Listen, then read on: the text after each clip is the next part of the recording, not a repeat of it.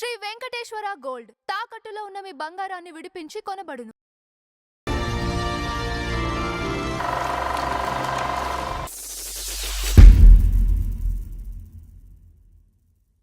నమస్కారం నందం హరిచంద్రరావు గారు. నమస్కారం అంజబాబు గారు. ఈ రోజు మన ఫ్లాష్ బ్యాక్ లో ఒక సంఘటన గురించి మాట్లాడుకున్నాం. ఓకే ఓకే జనరల్ గా లైఫ్ గురించి మాట్లాడుకుంటే సంఘటనలు కూడా ఉంటాయి కదా. ఓకే తప్పకుండా ఉంటాయండి. సో ఎన్టీఆర్ గారు అంటే ఏ సంఘటన అయినా లైఫ్ కి సంబంధించినవి అంటే అనేక సంఘటనలు కలిపితే ఒక జీవితం సమాహారం. జీవిత సమాహారం. సో నేను అనేది ఒక సంఘటన ఈ రోజు తీసుకున్నాను. దాంట్లో భాగంగా ఎన్టీఆర్ గారికి నాగిరెడ్డి గారికి మధ్య ఒక క్లాష్ జరిగిందంట. అవును. ఏంటది? అంటే ఒక మంచి పని చేస్తే ఏం చేస్తారు సార్ మీరు? ఒక మంచి పని నేను చేశాను అనుకోండి, అభినందిస్తారా? లేదా? అభినందిస్తాం. దాన్ని కోపడతారా? నువ్వు చేయడానికి వీల్లేదంటారా? అసలు లేదు. నేను ఒక దగ్గరికి వెళ్తే అదే జరిగింది ఎన్టీ రామారావు విషయంలో. ఓకే. ఎన్టీ రామారావు గారు నెలకి 500 రూపాయలంత జీతం మీద కాంట్రాక్ట్ లో ఉన్నాడు ఆయన. ఇన్ని సినిమాలు అయిపోయిన తర్వాత చంద్రహారం అనే సినిమా చేస్తున్నారు ఇప్పుడు. చంద్రహారం అనే సినిమా మధ్యలో ఉంది ఇప్పుడు. ఓకే. షూటింగ్ జరుగుతుంది. షూటింగ్ జరుగుతుండగా రాయలసీమ కరువు ఇది వచ్చింది.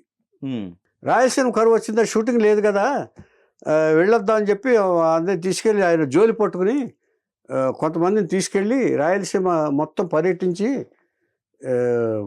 వసూలు చేసి అప్పట్లో మెడ్రాసు అప్పుడే చీఫ్ మినిస్టర్గా ఎవరికో వాళ్ళకో ఈ ఫండ్స్ అన్ని ఇవ్వడానికి రెడీ అయ్యారు. ఆయన వసూలు చేశారు కొంత. అప్పట్లో ₹1,00,000 ఎంత వసూలు చేశారు ఆయన. అసలు ఈయనకు అవసరం లేని పని. ఎందుకంటే అసలు సెలబ్రిటీ హోదాలో హోటల్ ఉంది ఏమండి. పైగా ఆయన ఉద్యోగి, నాగిరెడ్డి గారి ఉద్యోగి ఇప్పుడు. రైట్. ఈ should not go out without his permission అని ఒక రూల్ అప్పట్లో. బయట సినిమాలు చేయకూడదు, అగ్రిమెంట్. బయట సినిమాలు చేయకూడదు, నేను చెప్పే వరకు ఇన్ని సంవత్సరాల వరకు ఇచ్చేయకూడదు అని అగ్రిమెంట్. అయిపోయిన తర్వాత ఆయన వచ్చాడు. వచ్చిన తర్వాత మళ్ళీ యాస్టీజ్గా షూటింగ్ ఉంటే షూటింగ్ వచ్చాడు. అవును రామరావు, నువ్వు ఆయన ఇదేలాగా చదువే కదా, వెళ్ళి నువ్వు ఎవరిని అడిగి నువ్వు పర్యటనకి వెళ్ళావు, భిక్షాటన కోసం వెళ్ళావు అంటే అడుక్కోవడానికి మీ పర్మిషన్ కావాలా సార్? నా అడుక్కోవడానికి అంటే ప్రజల కోసం, నేను ఎవరో పేదవాళ్ళ కోసం, వాళ్ళ బాధితుల కోసం నేను అడుక్కోవాలంటే మిమ్మల్ని అడుక్కోవాలా నేను? It's not my job sir, it's not my ఇది, నేను అడగక్కర్లేదు సార్. I'm an individual. నా మనసుకు నచ్చింది నేను చేస్తాను, నా మనసుకు నచ్చింది చేస్తాను. నేను చేసింది చెడ్డ పనే? లేకపోతే మీ షూటింగ్ ఎగ్గొట్టి మీ షూటింగ్ ప్రకారం ఇంకో షూటింగ్లో నేను ఏమైనా పనిచేశానా? ఎవరికైనా డేట్స్ ఇచ్చానా? నేను మీ కంట్రోల్లోనే ఉన్నాను. నేను మీ షూటింగ్ రమ్మంటే వస్తున్నాను కదా నేను. ఎందుకు మీరు ఎలా అడుగుతారు? You should not ask me like that sir. I have got self respect అని రామారావు గారు. కుదరదు, you should not say like that అని నాగిరెడ్డి గారు. Sorry sir, I'm not doing your, I'm breaking your contract అని బయటకు వచ్చేసారు. Okay. I'm breaking your contract అని వచ్చేసారు. వచ్చేసేటప్పటికి అందరూ షాక్. నాగిరెడ్డి గారు కూడా తగ్గల. ఇచ్చేత స్టూడియో అధినేత కదా, ఎంతమందిలో తీసుకొచ్చారు. నాగిరెడ్డి గారు తగ్గకపోతే తర్వాత చంద్రహారం ఆగిపోయింది. పోనీ ఆగిపోయిన సినిమా గురించి అన్నా ఎవరో ఎత్తట్లా, ఇటు చక్రపాణి గారు మాట్లాడట్లా. అంటే చాలా సీరియస్గా వెళ్ళిపోయాడు ఆయన. ఏం చేత నేను ఒక మంచి పని చేస్తే నన్ను విమర్శిస్తారా అనే బాధలో ఎన్టీ రామారావు ఉన్నారు. నా మంచి మనసుని అభినందించాల్సింది పోయి విమర్శిస్తారా మీరు? పైగా దీనికి కాంట్రాక్ట్లు అడ్డు పెడతారా? మానవత్వానికి అడ్డు ఉంటుందా? మానవత్వానికి కొలతబద్దలు సరిహద్దులు ఉంటాయా? ఇలాగే అడిగాడు ఆయన. నేను మానవత్వంతో చేశాను సార్, అది నా కోసం కాదు, నా స్వార్థం కోసం కాదు. అంతేగా మరి. I'm not benefited. నేను వేరే సినిమాలు చేస్తే మీరు అడగొచ్చు సార్ అని చెప్పాడు. ఎవరో ఇద్దరు సైలెంట్గా ఉన్నారు. ఇలా ఉంటే కాదనుకున్నారు. ఎల్వి ప్రసాద్ గారు రంగంలోకి దిగారు. మీడియేషన్ ఇచ్చేదాన్ని చంద్రహారం ఆగిపోయింది.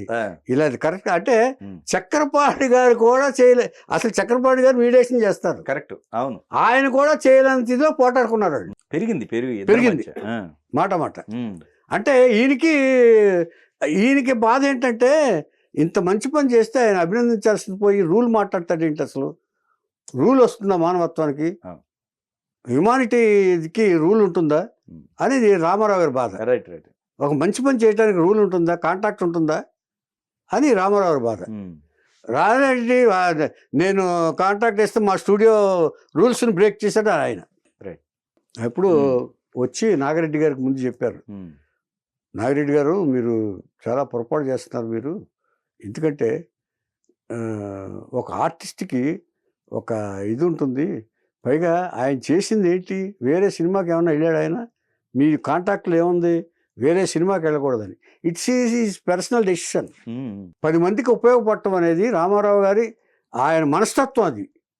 ఆయన ఇప్పుడు కాదు, ఎక్కడ ఎవరు బాధపడ్డా కూడా ఆయన అలా వెళ్తూ ఉండేవారు, మీకు తెలుసు అది. దాన్ని గురించి మీరు నువ్వు ఎవరు పర్మిషన్ అడిగావంటే పర్మిషన్ తీసుకోవాలి సార్, అది కరెక్ట్ కాదు అది అని చెప్పి రామారావు తర్వాత రామారావు దగ్గరికి వచ్చారు. ఇప్పుడు దీంతో మీ కాంట్రాక్ట్ కట్ అయిపోయింది, దానివల్ల మీకు నష్టం లేదు ఆయనకి నష్టం లేదు, ఆయన బయట సినిమాలు చేసేసుకుంటారు, ఒప్పేసుకుంటారు, అంచేత ఆయన సినిమాలు చేస్తారు మీరు సినిమాలు చేస్తారు, కానీ మధ్యలో చాలామంది సఫర్ అవుతున్నారు ఇక్కడ మీ దీనివల్ల. అంచేత మీరు ఒక సినిమా ఆగిపోవటం అనేది విజయ స్టూడియో బ్యానర్కి చాలా అవమానం. పైగా రామారావు గారు ఇలా మానేశారు అంటే ఇది మీకు రాదు, అది మీరు అడిగిన మాటలన్నీ కూడా బయటకు వచ్చేస్తాయి. ఇప్పుడు రామారావు గారు ఏం చెట్ట పని చేశారని చెప్పి ఇండస్ట్రీ అంతా మాట్లాడుకుంటారు. అంచేత మీరు నా మాట విని కాంప్రమైజ్ అవ్వండి అని చెప్పేసి రామారావు గారిని తీసుకొచ్చి కాంప్రమైజ్ చేసేసి చంద్రసాగరం ఫినిష్ చేసేసి ఆ తర్వాత ఎల్వి ప్రసాద్ గారి డైరెక్షన్లోనే మిస్సమ్మ అవన్నీ చేశారు. ఇది రామారావు గారు. ఎంచేతంటే ఒక కాంట్రాక్ట్ ఉన్నంత మాత్రాన ఎక్కువ కంట్రోల్ చేయాలనుకోవటం అనేది, అంటే ఇది అందరికీ వర్తిస్తుంది. యజమాని దగ్గర ఉద్యోగస్తుడు అనుకోండి, యజమాని దగ్గర ఉద్యోగస్తుడు ఉంటే గబుక్కుని అతను దేనికని సెలవు పెట్టాడు, దేనికని మానేశాడు అనేది విచక్షణాపూర్వకంగా ఆలోచించాల్సిన విషయం యజమానికి ఉంటుంది. ఈ లెక్కన రామారావు గారు రాజకీయ పొలిటికల్ ఎంట్రీ అప్పుడు ఎన్ని ఇబ్బందులు పడ్డారోనండి. చెప్పాడు ఆయన, అదే చలపతిరావు అడిగితే ఏమన్నా నేను మీరు మమ్మల్ని అనాథల్లా వదిలి చెల్పారు, నేను కూడా మీతో వెనకాల వచ్చేస్తాను, వద్దు నేను దిగాను చాలు, ఒక రకంగా అయితే బురద అన్నాడు అండి. ఇప్పుడు అర్థం చేసుకునే మనస్తత్వం ఉండాలి. ఇప్పుడు చూడండి ఇక్కడ ఇదే ఎగ్జాంపుల్, ఆయన వెళ్ళింది మంచి కార్యక్రమం కానీ అర్థం చేసుకునే విధానం ఆ తర్వాత ఎవరు పర్మిషన్ తీసుకుని వెళ్ళావు అంటంతో ఆయన హర్ట్ అయ్యాడు. ది ఫస్ట్ వర్డ్ అంటే మనం మాట్లాడే మాటలు ఎప్పుడు కూడా చాలా 1-2 సార్లు ఆలోచించి మాట్లాడాలండి. అంటే ఎవరు ఏ విషయంతో మాట్లాడాల్సి వచ్చిన ఎదుటి వ్యక్తితో అప్పుడు మాట్లాడేటప్పుడు మనం చిన్నవాడైనా సరే పెద్దవాడైనా సరే ఎవరు సరే మన మాటలో తేడా ఉండకూడదు సార్. కరెక్ట్.